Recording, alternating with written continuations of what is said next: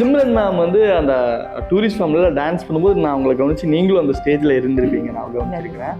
அந்த லைவ்ல அந்த மூமெண்ட் எப்படி இருந்தது சிம்ரன் மேம்? ஐயோ வேற லெவல். ஆக்சுவலா அபியோட வளர்ச்சியை பார்க்கும்போது வந்து அவ்வளோ ஹாப்பியா இருக்குது. ஏன்னா அந்த பையன் அவ்வளோ தூரத்துக்கு வளர்ந்தும் கூட ப்ரீ ரிலீஸ் ஈவெண்ட்ல வந்து அப்படியே ஹெல்ப் பண்ணிட்டாரு. ரெகக்னிஷன் வந்து கிடைக்காம இருக்கு, இப்போ லேட்டாக கிடைக்கும்போது ஹாப்பி, பட் கிடைக்கிறதுக்கு முன்னாடி ஒரு வருத்தம் இருக்குல்ல, அப்படியேதான் ஃபீல் பண்ணியிருக்கோமா? நான் எனக்கு அந்த ரெகக்னிஷனுக்காக நான் ஓடுனதே கிடையாது. இந்த கிரிஞ்சா பண்ணிட்டு ரொம்ப அக்வர்டா பண்றவங்க தான் ஃபேமஸ் ஆகிறாங்க அப்படின்ற மாதிரி ஒரு இது இருக்கிறத தாண்டி ஒரு பியூரான டேலண்ட் வருவாங்கப்பா அப்படின்ற மாதிரி ஒரு சில பேர்லாம் வரும்போது வெரி ஹாப்பி. நீங்க எப்படி ஃபீல் பண்றீங்க? ஹாப்பியா இருந்தாலும் இது ரொம்ப ரொம்ப ஸ்லோ, ஆமா வேகத்துல போகுது. உண்மைதான்ல? ஆமா வேகம், ஆமா வேகம். இப்போ ரீசெண்டாக ஒரு படம் ஸ்டீஃபன் போட்டிருக்கேன். அதில் வந்து என்னோட ரோல் வந்து ஒரு ப்ராஸ்டியூட் ரோல் தான் ஆக்சுவலி. பட் என்னை வந்து அவ்வளோ அழகாக ஃப்ரெண்ட்.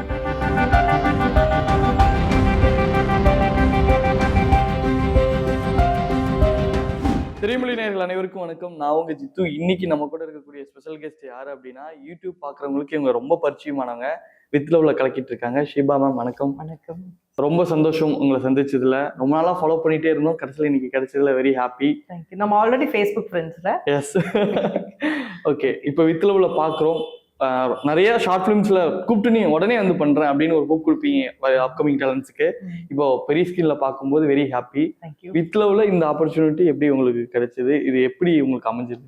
வித் லவ் வந்து ஆல்ரெடி டூரிஸ்ட் ஃபேமிலி பண்ணினாங்க. ஆமா ஆமா, டூரிஸ்ட் ஃபேமிலில தான் வந்துட்டு எனக்கு கூப்பிட்டாங்க. அதுக்கப்புறம் வித் லவ்ல எனக்கு டூரிஸ்ட் ஃபேமிலினால வித் லவ் வந்து.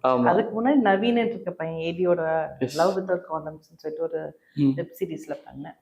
அது மூலியம் வந்துட்டு அதுதான் வித் லவ். ஓகே, இப்போ நீங்க இந்த ப்ராஜெக்ட் பண்ணும்போது இப்போ அபிஷன்னா வந்து இப்போ நல்லா எல்லாராலும் பேசப்படுற ஹீரோவா, நீங்க அவங்களுக்கு அப்பவே அந்த மொமெண்ட்ல தோணுச்சா இவரு செமையா பண்றாரு, நல்லா வருவாரு அப்படின்னு? ஏன்னா சின்ன பையனா இருக்காரு. எனக்கு அந்த மாதிரிலாம் எனக்கு தோணுனது கிடையாது. பட் அபியோட வளர்ச்சியை பார்க்கும்போது வந்து அவ்வளோ ஹாப்பியா இருக்குது. ஏன்னா அந்த பையன் அவ்வளோ தூரத்துக்கு வளர்ந்தும் கூட ப்ரீ ரிலீஸ் ஈவெண்ட்ல வந்து அப்படியே ஹெல்ப் பண்ணிட்டாப்ல. ஓகே, ஸோ அந்த பாண்டிங் இருக்கு எங்களுக்கு வேற. நல்லா வந்திருக்காப்ல. ஓகே, நம்ம வந்து நிறைய ட்ரை பண்ணிட்டே இருந்திருப்போம், ஆனா அதுக்கான ரெகக்னிஷன் வந்து கிடைக்காம இருக்கு, இப்போ லேட்டா கிடைக்கும்போது ஹாப்பி, பட் கிடைக்கிறதுக்கு முன்னாடி ஒரு வருத்தம் இருக்குல்ல, அப்படியேதான் ஃபீல் பண்ணிருக்கோமா? நான் எனக்கு அந்த ரெகக்னிஷனுக்காக நான் ஓடுனதே கிடையாது சுத்தமா. பிகாஸ் வந்து டு மீ என்னோட ஏஜ் கேட்டகரியில இருக்கவங்களுக்கு வந்துட்டு அந்த காம்படிஷன் நிறைய வந்து நான் வர ஃபீல்டுக்குள்ள வரும்போது காம்படிஷனே எனக்கு கிடையாது. ஒரு 2-3 பேர் தான் இருந்தோம். இப்போ ஹியூஜ் காம்படிஷன், சரியான காம்படிஷன். ஸ்ட்ரீட்டுக்கு ஸ்ட்ரீட் ஒரு ஆர்டிஸ்ட் இருக்காங்க. ஸோ எனக்கு என்னன்னா I just wanted to use our opportunity, அவ்வளோதான். ரெகக்னிஷன் கிடைக்கணும், ரெகக்னிஷன் அப்புறம் பார்த்துக்கலாம், நம்ம எஃபர்ட் நம்ம போடுவோம், அப்படிதான் நான் எடுத்துக்கிட்டேன். பட் எனக்குன்னு ஒரு ட்ரீம் இருக்கும்ல, எல்லாத்துக்கும் ஒரு ட்ரீம் இருக்கும். அந்த ட்ரீம் என்னன்னா பெஸ்ட் ஆக்டர்ஸ் அவார்டு வாங்கணுன்ற ஒரு ட்ரீம்.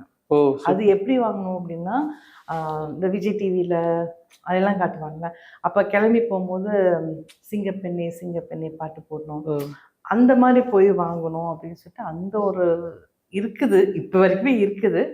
பட் சின்ன ஸ்டேஜஸ்ல வாங்கியிருக்கேன், பெரிய ஸ்டேஜ்ல வாங்கல. அது ஒன்று மட்டும் தான் எனக்கு, அந்த ரெகக்னேஷன் மட்டும் தான் எனக்கு இருக்கும். மற்றபடி I am happy with what I have. இல்லை, கண்டிப்பாக கிடைக்கும்.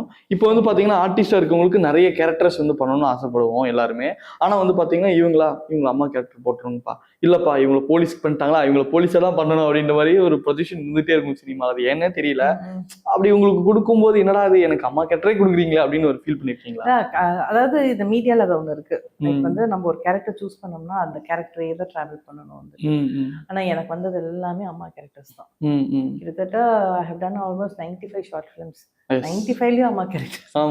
மூவிஸ்க்கு அதுலயும் அம்மா கேரக்டர்ஸ் தான் வந்துட்டு. ஒரு பக்கம் வந்து நம்மளோட ஸ்கில்ஸை ப்ரூவ் பண்ண நிறைய ரோல்ஸ் பண்ணணும்னு ஆசை இருக்கும். பட் அம்மாவா ரியல் மாமா இருக்கிறதுனால வந்து ஓகே ஏற்கனவே சொன்ன மாதிரி I just wanted to use this opportunity. அப்படிதான். இப்போ அம்மான்னு சொல்லும்போது எனக்கு சரண்யா பண்ணணும்னு தான் ஞாபகம் வரும். அவங்க வந்து அந்த ஒரு மாதிரி ரொம்ப கம்ஃபர்ட்டா இருக்கும் அவங்களோட பார்க்கும்போது, நம்ம வீட்டில் இருக்கிற ஒரு அம்மா இருக்கிற மாதிரியே இருக்கும். உங்களுக்கு அந்த மாதிரி கேட்ட சொல்லும்போது நீங்க இந்த மாதிரி தான் பண்ணணும் இதே மாதிரி இருக்குமா, இல்ல உங்களுக்கான ஸ்டைல ஃப்ரீ ஸ்டைல பண்ணிடுங்க? இல்ல, நான் என்னோட ஸ்டைல தான் விடுவாங்க. ஏன்னா நான் நார்மலாவே அந்த ஜாலி மம் தான். ஓகே, அதனால வந்து என்னோட ஸ்டைல்ல வருவாங்க.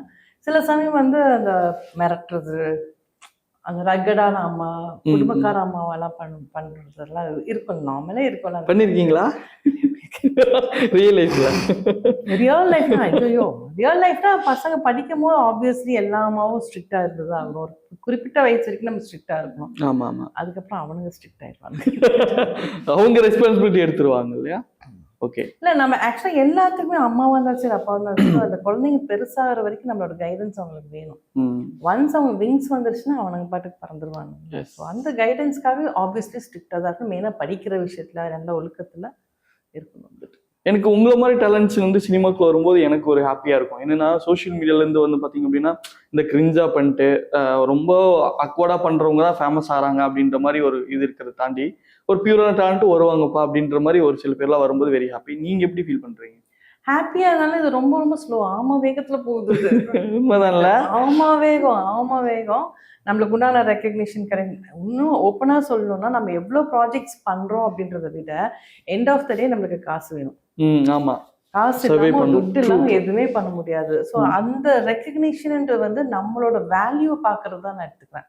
நமக்கு ஆப்பர்ச்சுனிட்டிஸ் கிடைக்குது அது வேற. But how much we earn அதுதான் வேணும். அது வந்து ஆமை விட கொஞ்சமாவது நகரணும்டா அப்படின்னு. இப்போ நிறைய நம்ம ட்ரை பண்ணுவோம்ல, நமக்கு ஆடிஷன் தான் போவோம், போட்டோஸ் கொடுப்போம், கண்டினியூ ஆஃபீஸை ஃபாலோ பண்ணுவோம். இப்படிலாம் இருக்க சொல்ல இன்ஸ்டால ஃபாலோவர்ஸ்ல அதிகமா இருக்கவங்களை மட்டும் இங்க சூஸ் பண்ணுவாங்க. ஏதாவது அவங்களுக்கு ஒன்றும் ஃபேன்ஸ் இருப்பாங்க, அவங்கள ஃபாலோ பண்றவங்க இருப்பாங்கன்னு அப்படி சூஸ் பண்றாங்கல்ல. இப்போ அவங்களுக்கு எப்படி ஃபீல் ஆகும்? சார் நம்ம இவ்வளோ டேலண்டா இருக்கும், நமக்கு அங்கே இந்த இடத்துல ஸ்கிப் ஆயிடுறோமே, ஃபாலோவர்ஸை மட்டும் பார்க்குறாங்களே. அது நம்ம ஒன்றுமே பண்ண முடியாதுல்ல. பிகாஸ் அவங்களோட ப்ரொமோஷன்ஸ் தான் அவங்க பார்ப்பாங்க, வியூஸ் தான் பார்ப்பாங்க. இப்போ நம்மளே வச்சுட்டு நம்ம என்னத்தை பே பண்ண போகிறோம் வந்துட்டு. ஏதாவது நாம போடுற வீடியோஸ் ஏதோ ஒன்று தான் கிளிக் ஆகி வெளியே மேலே மில்லியன்ஸ்ல போகும். ஆமாம். ஸோ அந்த மாதிரி தான் நம்ம எடுத்துக்கிறோம். பட் இப்போ இன்ஸ்டா ஃபேமஸ் எல்லாமே தான் இப்போ ரூல் பண்றாங்க. இண்டஸ்ட்ரி ரூல் பண்றாங்க. நம்மளே மாதிரி ஆளுங்கெல்லாம் போராடிட்டு தான் கிடக்கும். நான் தியேட்டர் பண்றேன், நான் ப்ளே பண்றேன், எனக்கு கொடுங்கடா அப்படின்னு.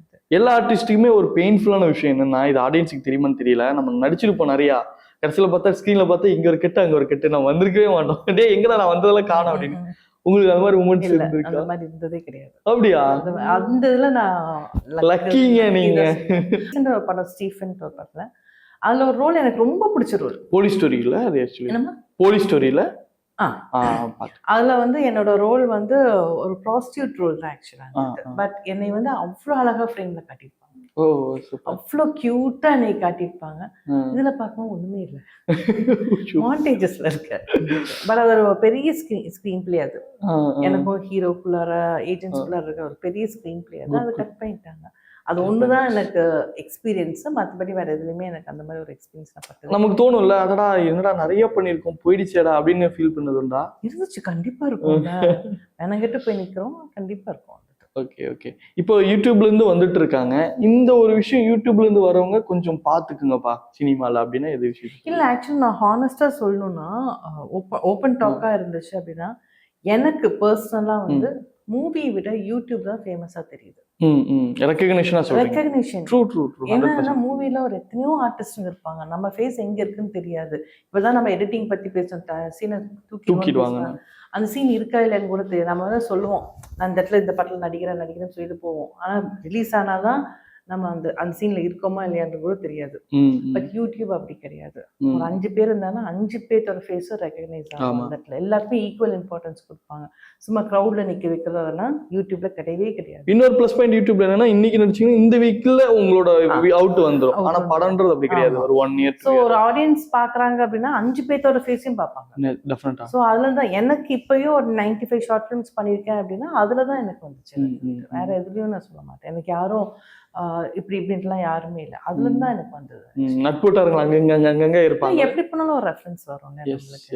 அதுலதான் அதை பார்த்துட்டு வெளியே வரணும்னா யூடியூப் வேற, சினிமா வேற. யூடியூப்ல வந்துட்டு நான் இன்ஃபேக்ட் ஒரு மூவி பண்ணும்போது யூடியூப்ல வந்து எப்படி கட் ஷார்ட்டா ஒரு சீன் டைலாக் அதவே வந்துட்டு மூவிலயும் இம்ப்ளிமெண்ட் பண்ணேன். ஓகே. எனக்கு தெரியாது. நான் பாட்டுக்கு ஒரு டைலாக் பேச நின்றுட்டு இருக்கேன். அப்புறம் ஏன் வை ஆர் நாட் ஃபினிஷிங்னு, இல்லைங்க யூடியூப்ல அப்படிதான்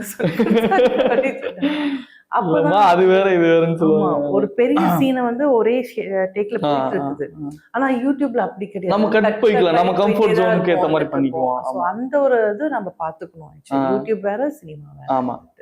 சம்டைம்ஸ் என்ன பண்ணுவோம் அப்படின்னா ஆப்போனன்ட்ல வந்து ஒருத்தவங்க டயலாக் பேசுறாங்கன்னா இங்க யூடியூப்ல அப்படி நம்ம லிப் மட்டும் கொடுக்க வேண்டிய அவசியம் இல்லை, சும்மா இருப்போம். ஆனா அங்கேயும் perform பண்ணி ஆகணும் அப்படின்றது. அது ஒரு வந்து யாரு வந்து வாணி போஜன் மேம் தான் இருந்தாங்க, அவரு ஜான் மஹேந்திரன் சார் இருந்தாங்க. அவங்களுக்கு முன்னாடி நான் சோத்தப்படாது. எதை சொன்னாங்க அவங்க பக்கத்துல? அவங்களுக்கு வாணி போஜன் மேம் தான் எனக்கு கரெக்ட் பண்ணாங்க ஆக்சுவலா. இல்லைங்க இது ஒரே ஸ்ட்ரெச்ல போகணும் அப்படின்னு சொல்லிட்டு. ஆனா ஒன்றும் ரிலீஸ் ஆகல. மாதம்பட்டி ரங்கராஜ் சார் இருந்தாரு. ஆமா ஆமா, அவங்களோட ப்ராஜெக்ட்ல. ஓகே, சினிமா வாழ்க்கைன்றது கண்டிப்பா ஒரு போராட்டமான ஒரு சேலஞ்சிங்கான லைஃப். 2 பேருக்குமே, ஆணுக்கும் சரி பெண்ணுக்கும் சரி. பட் பெண் இந்த ஒரு விஷயத்துல ரொம்பவே டிஃபிகல்ட். நீங்க பாக்குறதா எதுவா இருக்கும்? சரி, ஆக்சுவலா வந்து எல்லாருமே வந்து மூவின்னு மட்டும் தான் நம்ம பேசுறோம், ப்ரொஜெக்ஷன் வந்து. ஆமா. பட் இப்போ எப்படி இருக்கும் அப்படின்றது எல்லா இடத்துலயும், ஒரு ஹாஸ்பிட்டலா இருந்தாலும் சரி, ஸ்கூலா இருந்தாலும் சரி, த வே வி பிஹேவ் அதுலதான் எல்லாமே இருக்கும். டிஃபிகல்ட்டுன்னு பார்த்தோம்னா கண்டிப்பா போராட்டமான லைஃப் தான், போராட்டமான ஃபீல்டு தான், எல்லாமே இருக்கு. But it is how you project your self. நீ அது ஆபத்துன்னு நினைச்சினா அது ஆபத்து, நீ அது நல்லா ஜாலியா டெடிகேட்டடா நீ இருந்தீங்கன்னா dedicated. It's like a mirror. போராட்டம் அப்படின்றது எல்லாம் எனக்கு அந்த மாதிரிலாம் நான் தாட்டே இல்லை. சூப்பர். சிம்ரன் ரொம்ப பாசிட்டிவா இருப்பேன் நான், பார்க்கும்போதே தெரியுது. சிம்ரன் மேம் வந்து அந்த டூரிஸ்ட் ஃபார்ம்ல டான்ஸ் பண்ணும்போது நான் உங்களை கவனிச்சு, நீங்களும் அந்த ஸ்டேஜ்ல இருந்திருப்பீங்க, நான் கவனிச்சிருக்கிறேன். அந்த லைவ்ல அந்த மொமெண்ட் எப்படி இருந்தது சிம்ரன் மேம்? ஐயோ வேற லெவல். ஆக்சுவலா எங்களெல்லாம் மேல ஆட விட்டுட்டாங்க, கீழே மேம் வந்து பிராக்டிஸ் பண்றாங்க. ஓகே, அந்த பாட்டுக்கு வந்து அங்க உள்ள கீழே பிராக்டிஸ் பண்றாங்க. அந்த டான்ஸ் மாஸ்டர் சொல்லிட்டாங்க வெறும் 5 minutes தான் அவங்களோட ப்ராக்டிஸ். அங்க டக்குன்னு வந்து மேலே ஏறாங்க, கண்ணு முன்னாடி ஆடுறாங்கன்னு போது அப்படியே சிலுத்துருச்சு எங்களுக்கு இருந்துட்டு. என்ன கிரேஸ்ஃபுல்னஸ், டேக்ஸே போல அவங்க சுத்தமா. ஓகே ஓகே, ஒரே ஸ்ட்ரெச்ல முடிச்சாங்க வந்துட்டு. அது கண்ணு முன்னாடி ஆடுறதெல்லாம் வந்து வேற லெவல் இருந்துச்சு, ஹாப்பியா இருந்துச்சு. எஸ், சிம்ரன் மேமுக்கு மாதிரி சசிகுமார் சாருக்கும் எடுத்தாங்க, ஆனா ட்ரிம்ல போச்சுன்னு சொன்னாங்க. அப்படியா? அது என்னன்னா அந்த கொண்டாட மனசு, அது நாடோடிகள்ல நான் கீழே உட்காந்துட்டு, நாங்கெல்லாம் கீழே உட்காந்து சார் வந்து ப்ராக்டிஸ் பண்ணிட்டே இருக்கேன், நாங்கள் இப்படியே பார்த்துட்டே இருக்கோம். சார் இதெல்லாம் நமக்கு கிடைச்சிருக்கே அப்படின்னு சொல்லிட்டு இப்படியே பார்த்துக்கிட்டே இருக்கோம். பட் ஸ்டேஜ்லயே ஆடும்போது எங்களுக்கு தெரிஞ்ச பசங்க எல்லாம் பின்னாடி ஆடினாங்க. அப்புறம் பார்த்தா இதுல இல்லை.